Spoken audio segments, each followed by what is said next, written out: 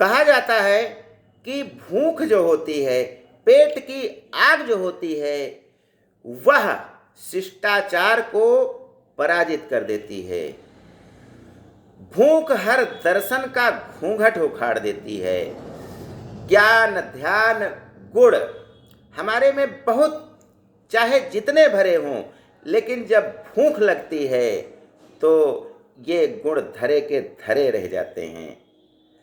संस्कृत में कहा गया है, बुभुक्षितम किम न करोति पापम। भूखा व्यक्ति क्या पाप नहीं कर डालता है।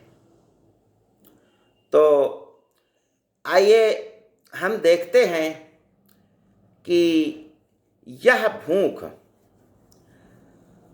हमें कब कब लज्जित करवा देती है। कहते हैं आवश्यकता आविष्कार की जननी है।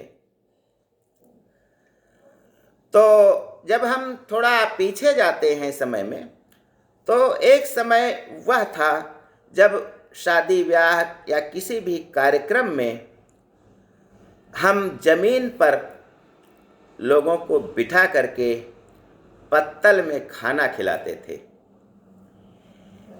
लेकिन उसके बाद एक समय ऐसा आया जब खाना मेज पर रख दिया जाता था, अंग्रेजों के जैसा पाश्चात्य संस्कृति की नकल करते हुए, और प्लेटें रख दी जाती थीं।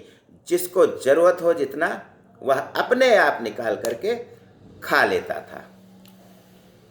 लेकिन हमारे समाज में, हमारे भारतीय समाज में कुछ ऐसी बातें व्याप्त थीं कि लड़की वाले से लड़के वाले श्रेष्ठ होते हैं।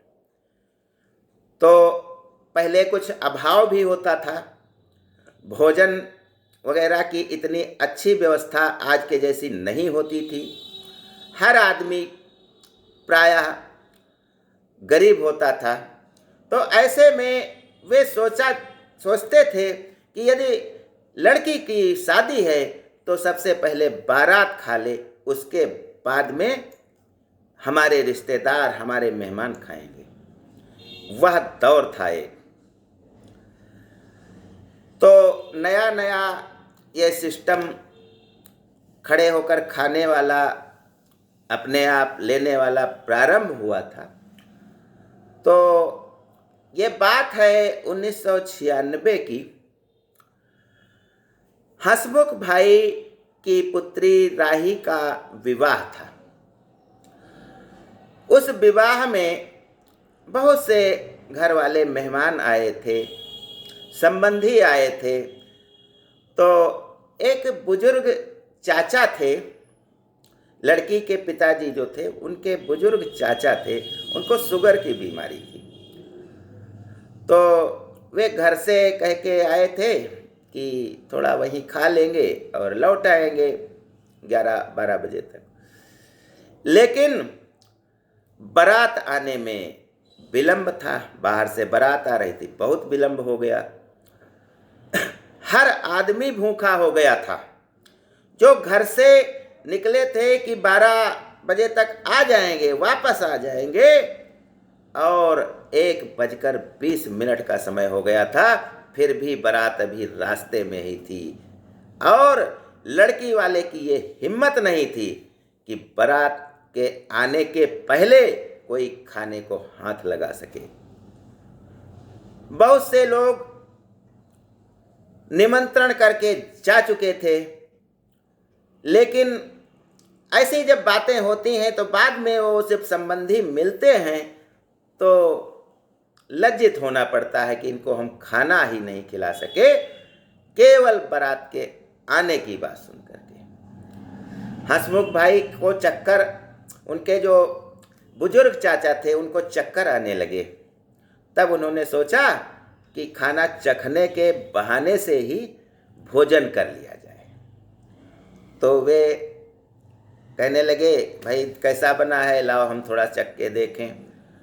अब उन्होंने प्लेट हाथ में ली और चखने की मात्रा जो होती है वो 1-2 पीस होती, लेकिन उन्होंने कुछ ज़्यादा ले लिया और कोने में जा कर के उसको खाने लगे।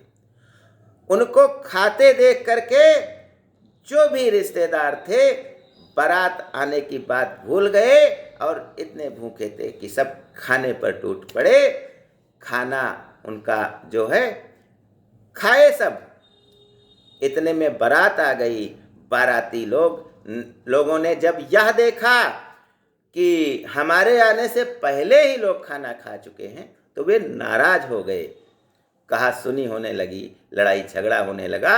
अब लड़की का बाप ढूंढ रहा है कि वह कौन सा आदमी है जिसने यह शुरुआत की।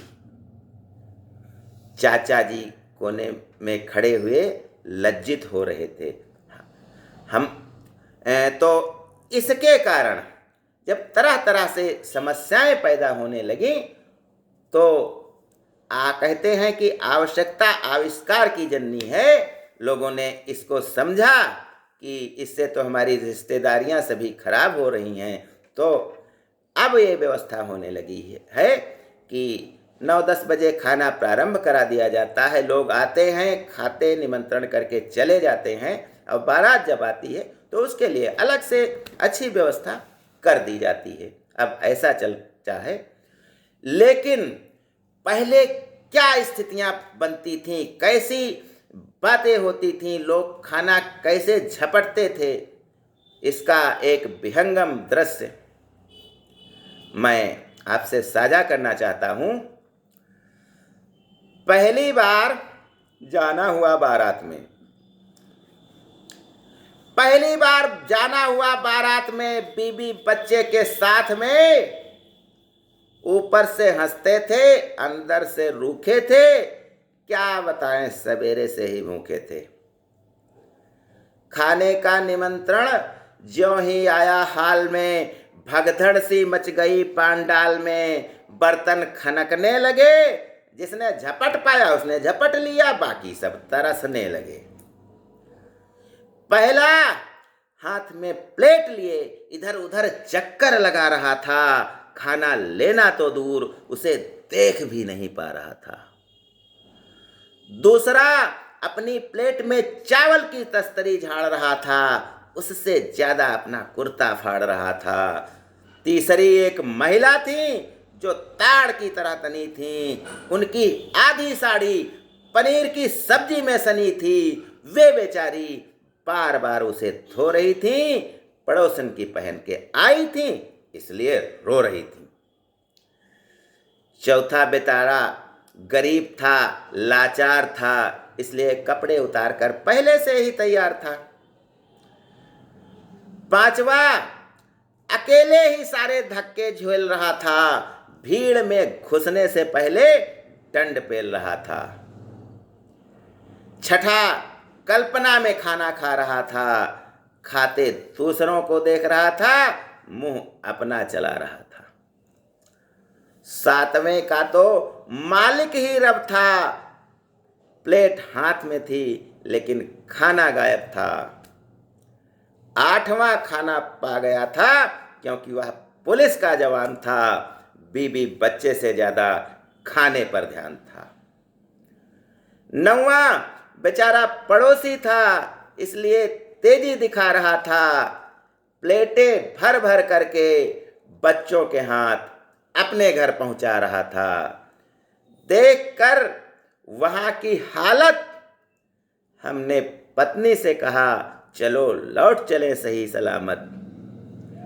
पत्नी गुर्राई, गुस्से में चिल्लाई, अच्छा होता किसी पहलवान से शादी करती, कम से कम फूंकों तो न मरती। ज्ञान गंगा में बस आज इतना ही। धन्यवाद। जय हिंद, जय भारत।